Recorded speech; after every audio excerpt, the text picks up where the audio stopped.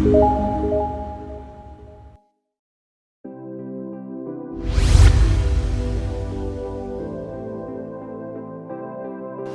assalamualaikum warahmatullahi wabarakatuh. Hai semuanya, salam pramuka.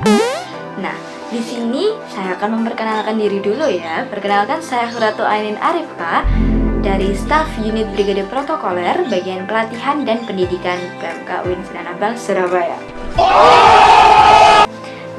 Nah, gimana kabar kalian semua? Ya, semoga yang terbaik aja ya. Karena masa karantina ini belum usai, jadi kita harus tetap bertatap muka seperti ini, menyimpan rindu. Oke, di sini saya ingin menyampaikan suatu materi tentang public speaking. Ding ding ding ding ding, public speaking. Well, public speaking. Apa itu public speaking? Apa sih menurut kalian public speaking? Nah, kalau menurut saya, public speaking itu adalah suatu seni. Kenapa seni? Public speaking itu suatu seni di mana kita bisa menerapkan cara berkomunikasi yang baik dengan orang lain atau bisa dengan orang banyak, ya kan? Public speaking sangat-sangat dibutuhkan sebagai komunikator yang baik. Untuk komunikator yang baik, baik mulai dari presentator, baik mulai dari MC, host, terus moderator dan lain sebagainya yang melibatkan dengan audiens banyak. Nah, itu fungsi public speaking. Dan sebelum aku mengusik ke sana ya kawan-kawan, aku akan membahas tentang rahasia terbesar tentang public speaking. Nah, mayoritas orang atau sekitar 75% orang itu takut sekali dengan namanya public speaking. Dan banyak orang lebih baik menjadi seorang pendengar daripada pembicara. Seperti itu. Nah, jadi kita era ini mungkin banyak kekurangan seorang pembicara yang baik ya. Kenapa sih orang-orang pada takut dengan public speaking? Ya kan gak gigit, tapi menjatuhkan harga diri. Mungkin pikirnya seperti itu. Ada beberapa faktor ya, 4 faktor yang bikin orang-orang takut dengan public speaking. Yang pertama adalah fisiologi. Fisiologi seseorang merasa takut atau melindungi dirinya sendiri saat mendengar kata public speaking atau menjadi seorang speaker. Pemikirannya, fisiologinya melindungi diri. Karena apa? Dia merasa, apakah aku akan diketawakan nantinya? Aku pasti diketawain deh. Nanti kalau aku dicuekin gimana? Kayak gitu. Nah, itu fisiologi atau badan kalian secara otomatis akan defense, akan berusaha melindungi agar tidak melakukan public speaking atau kasarnya agar tidak malu, seperti itu sih. Nah, yang kedua ini ada mindset atau pikiran. Mindset ini benar-benar memberikan sumbangan yang sangat besar pada seorang public speaker. Kenapa? Mindset atau pemikiran kalian sebelum menjadi seorang public speaker atau sebelum menjadi speaker akan meneriakan hal seperti ini. Kayaknya aku akan membosankan deh. Kayaknya gak jago ngomong waktu di depan orang banyak. Jadi pikiran kalian itu kayak menggerogoti mental kalian agar tidak menjadi seorang speaker dan menganggap public speaking itu sebagai penampilan, seperti Indonesia Mencari Bakat. Seperti kalian sedang tampil. Padahal public speaking itu adalah berkomunikasi dengan orang lain, seperti itu. Jadi mulai sekarang setelah mendengarkan ini, coba dipikir baik-baik. Kalian bukan lagi tampil ya, bukan lagi unjuk bakat ya. Kalian sedang berkomunikasi untuk menyampaikan atau bisa disebut dengan sharing dengan orang lain. Nah, lalu kenapa mindset kalian menjatuhkan rasa percaya diri kalian terhadap menjadi seorang speaker? Kalian merasa audiens adalah juri, audiens adalah judgment. Jadi kalian merasa takut untuk dijudge, untuk dinilai. Padahal kalian adalah seorang komunikator, bukan seorang penampil bakat, seperti itu. Jadi lain kali saat kalian akan menjadi seorang speaker, berbicara, sampaikan materi kalian dengan percaya diri tanpa mindset yang menghancurkan kalian. Nah, yang ketiga adalah situasi. Situasi ini mendorong kalian untuk takut menjadi seorang speaker. Karena apa? Yang pertama, kurang pengalaman. Karena kalian kurang pengalaman untuk menjadi speaker, menjadi presentator, menjadi MC, menjadi host, menjadi moderator, atau semua yang melibatkan dengan audiens banyak, kalian merasa takut. Kalian merasa kalian kurang pengalaman. Karena tidak ada pengalaman, jadi kalian tidak mau menjadi seorang speaker. Nah, yang kedua, perasaan kalian itu seolah-olah sedang sidang, seperti contohnya mahasiswa sidang skripsi. Mahasiswa yang sedang sidang skripsi, ribet ya. Yang sedang sidang skripsi pasti akan merasa nervous dan akhirnya tidak mengganggu pola kalian berbicara dalam menyampaikan materi. Ya, saya nervous kali ini. Entah kenapa saya juga nervous. Tapi itu wajar, manusiawi. Nah, lalu status yang berbeda dengan audiens. Wah, status yang berbeda. Kamu kasta atas, aku kasta bawah. Oh, ya bisa kayak gitu. Tapi status kali ini seperti contohnya kalian adalah seorang speakernya, dan audiens kalian adalah Bapak Presiden, Bapak Menteri Dalam Negeri, Bapak Menteri Luar Negeri, Bapak Menteri Pendidikan, Menteri Kesehatan, menteri-menteri yang lain, dan menteri-menteri yang dari luar negeri, perwakilan ke Indonesia. Itu membuat kalian saya tidak percaya diri terhadap diri saya di hadapan Bapak-Bapak Presiden, di hadapan Bapak Presiden, Bapak-Bapak Menteri, dan Perdana Menteri lainnya. Kalian merasa canggung karena saya beda kasta dengan beliau. Well, bukan. Tujuan dari komunikasi, tujuan dari public speaking adalah komunikasi. Tidak ada yang lebih pintar, tidak ada yang lebih bodoh. Kalau itu menurut saya ya. Nah, selanjutnya audiensnya nggak kenal. Nah, udah pasti audiensnya nggak kenal. Audiensnya udah pasti nggak kenal. Kebanyakan yang terjadi pasti tidak kenal untuk menjadi seorang speaker ya. Apalagi khalayak umum. Kalian pasti tidak akan mengenal, seumpama dari 200 audiens kalian mau mengenali satu-satu, nggak mungkin gitu. Nah, itu yang membuat kalian, situasi-situasi tersebut membuat kalian merasa takut untuk menjadi seorang speaker. Yang keempat atau yang terakhir yaitu skill. Skills ini sangat-sangat dibicarakan, hangat sekali ya tentang skill. Yang pertama, banyak sekali pembicaraan yang mengatakan bahwa public speaking itu adalah bakat. Public speaking itu bawaan dari lahir. Bisa bicara di hadapan orang lain itu bawaan karena dia percaya diri. Well, enggak. Setiap orang bisa jadi seorang public speaker. Setiap orang bisa dengan mengasah skillnya, mengasah bakatnya. Orang-orang tersebut atau kalian harus berani mengasah skill kalian untuk berbicara di hadapan orang lain. Nah, selanjutnya apa? Jam terbang. Jam terbang, kalian tahu maksud jam terbang? Nah, jam terbang itu kalian harus berusaha mengasah dengan terus menjadi seorang speaker. Contohnya, kalau kalian tidak punya audiens yang banyak, seperti online seperti ini, kalian bisa jadi vlogger, kalian bisa bikin tutorial. Itu juga seorang public speaking. Nggak mungkin kan kalian tutorial seperti make up, ya gini-gini aja, gak ada penjelasan, mungkin lebih sulit dipahami oleh orang lain. Kayak gitu emang ada, tapi akan sulit dipahami oleh orang lain. Selanjutnya, setelah beberapa cara tadi, setelah beberapa rahasia yang udah aku jelaskan atau udah aku reveal tentang public speaking, sekarang aku akan mencoba menyampaikan tentang bagaimana sih cara menjadi seorang public speaker yang baik. Well, kalian udah pasti sering banget materi tentang cara menjadi seorang public speaker. Cara menjadi speaker yang baik sudah pasti aku yakin kalian udah mahir atau udah sering juga mendengar dari beberapa seminar ataupun event-event yang pernah kalian ikuti. Nah, versi aku sendiri, cara menjadi seorang public speaker yang baik, yang pertama kalian harus percaya diri.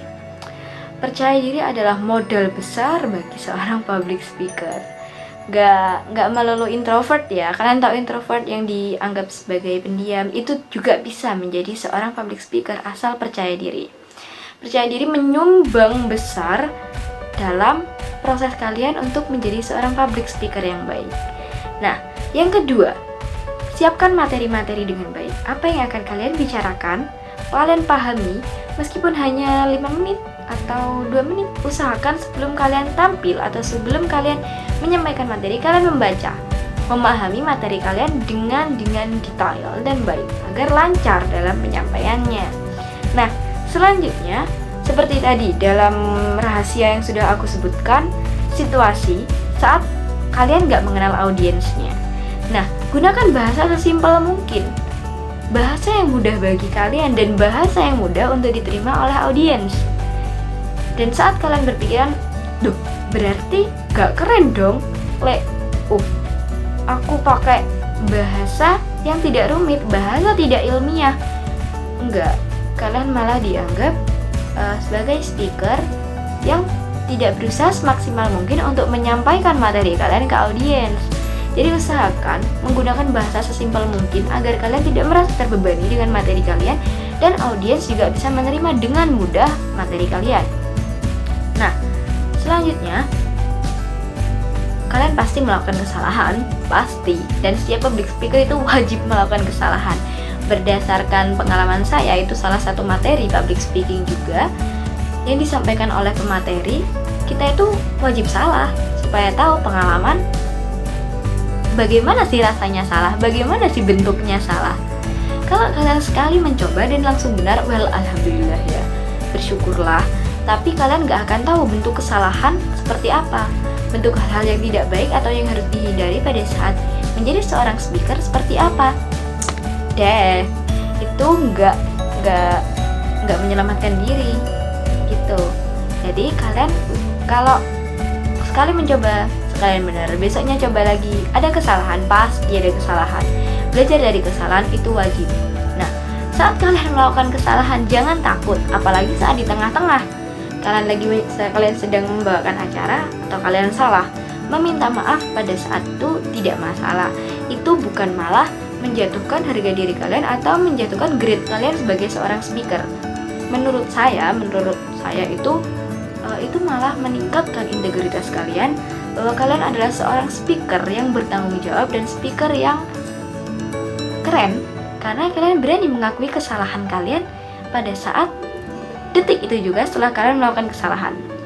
Seperti saya sendiri pun pernah melakukan kesalahan, bahkan dianggap sering pun bisa. Awal-awal saya menjadi seorang pembawa acara atau MC, saya di suatu seminar cukup besar ya, saya menganggap itu cukup besar pengalaman saya. Saya menyebutkan gelar rektor yang seharusnya dibaca PhD, saya membaca PhD. Itu kan seperti restoran siap saji, makanan siap saji itu kan. Nah, well, meminta maaf itu nggak apa-apa. Jadi kalian seperti contohnya kali ini aku akan meminta maaf saya meminta maaf kali ini saya tidak memakai scarf karena memang ada kendala. Saya mohon maaf tidak sesuai dengan atribut yang baik, tapi saya di sini berusaha menampilkan diri saya dengan seformal mungkin ya buat kalian. Nah, karena saya juga masih muda, saya berbicara secara santai saja. Kalian juga masih muda, ataupun audiens lain, saya menyampaikan secara mudah saja kali ini. Nah, meminta maaf itu tidak apa-apa. Ya, kali ini saya benar-benar minta maaf karena nggak pakai scarf sih. Ya, kali ini seperti itu. Nah, selanjutnya, kuasai diri sendiri sebelum naik ke atas panggung. Saat kalian bisa menguasai diri kalian sendiri, kalian akan bisa menguasai audiens kalian. Kenapa? Saat kalian terlihat nervous, saat kalian terlihat gugup di atas panggung, audiens sangat-sangat akan tidak tertarik dengan kalian. Contohnya saat kalian memanggil mic, kalian gemetar dengan suara yang tidak stabil, seperti baik, itu sangat tidak menarik dan audiens akan seperti akan malas mendengar penjelasan kalian. Nah, jadi kuasai diri kalian dulu, tarik nafas sebelum kalian menjadi speaker, sebelum naik panggung ke stage. Kalian tarik nafas, keluarkan, pikirkan hal positif yang akan terjadi, seperti itu. Nah, terus gimana sih cara menatap audiens? Biasanya orang takut karena nervous, tidak bisa menatap mata orang lain. Ini materi yang saya dapatkan juga, ini berguna banget ya. Jangan lihat mata orang, tapi lihat keningnya. Lihat keningnya, karena orang juga nggak bakal mendekat ke kalian buat lihat kamu lihat mataku atau enggak. Nggak bakal kayak gitu sih. Mereka bakal merasa kalau kalian menatap mereka. Karena apa? Dengan menatap secara tidak langsung seperti kita berkomunikasi secara pribadi dengan dia, menyampaikan secara pribadi. Nah, itu adalah salah satu trik ya. Tips and trick, lihat keningnya, bukan matanya. Kalau matanya nanti kamu lari-lari matanya ya. Nah, selanjutnya kumpulkan bahan-bahannya. Kumpulkan bahan-bahannya akan kalian sampaikan. Jadi kalau bisa dipadatkan, disimpulkan dengan baik, sampaikan. Itu lebih mudah. Nah, setelah itu asah skill tadi dengan latihan terus, dengan ikut terus menjadi pembicara, menjadi vlogger, menjadi apa yang melibatkan dengan komunikasi dengan orang banyak seperti kali ini. Meskipun online, YouTuber, vlogger, semua dilihat oleh jutaan orang di dunia ini. Nah, selanjutnya itu ada caranya kalian harus mendapatkan cinta. Bukan cinta bertepuk sebelah tangan. Enggak, jadi cinta dari audiens kalian dengan cara berpenampilan dengan baik, dengan cara ramah, dengan cara mengajak atau mencairkan suasana. Seperti itu. Lakukan kesalahan pada saat selanjutnya itu kalian harus berani saat aku jelaskan tadi, melakukan kesalahan. Dengan melakukan kesalahan sampai kalian lupa apa itu artinya salah, sampai kalian lupa bagaimana itu salah karena terbiasa mengevaluasi diri. Nah, selanjutnya kalian harus punya banyak kosakata. Pelajari banyak kosakata. Mungkin bisa melalui baca novel, bisa melalui baca puisi, melihat puisi-puisi. Nggak harus kok kalian makan kamus bahasa Indonesia setebal itu. Kalian bisa melakukan hal dengan yang kalian sukai, seperti menonton film, membaca buku tadi, membaca novel dengan diksi-diksi yang baik. Dengan diksi-diksi yang banyak, kalian kumpulkan kosakata agar kalian memiliki banyak warna dalam menyampaikan materi. Nah, lalu monolog. Apakah monolog bisa disebut dengan public speaking? Well, saya sedang monolog dengan kamera saya sekarang, tapi seolah-olah saya sedang berbicara dengan kalian. Monolog juga bisa disebut dengan public speaking, dan biasanya adalah latihan terbaik sih menurutku. Selama ini aku menggunakan cara monolog juga agar bisa menjadi seorang public speaker yang baik. Nah, untuk kalian agar tidak terpecah, usahakan meminta audiens untuk memenuhi bangku depan, ya, memenuhi bangku depan agar tidak bergang atau berpetak-petak melihat audiens seperti ini. Kalian akan dulu minta mereka untuk mengisi barisan depan, mengisi kursi kosong di depan agar lebih mudah dalam penyampaian dan saat kalian lebih intens melakukan interaksi dengan mereka. Nah, so far sih aku kayak gitu. So far ilmu yang bisa aku sampaikan tadi mulai dari rahasia hingga cara. Nah, kalau kalian ingin bertanya, ingin tanya apapun, baik siapapun, dan ingin mendalami tentang speaking atau menjadi seorang speaker yang baik, komen di bawah, komen di akun Instagram ini, di postingan ini tepatnya. Kalian bisa komen dan nanti bakal ada next video tentang jawaban pertanyaan kalian. Well, ini welcome untuk siapa aja ya.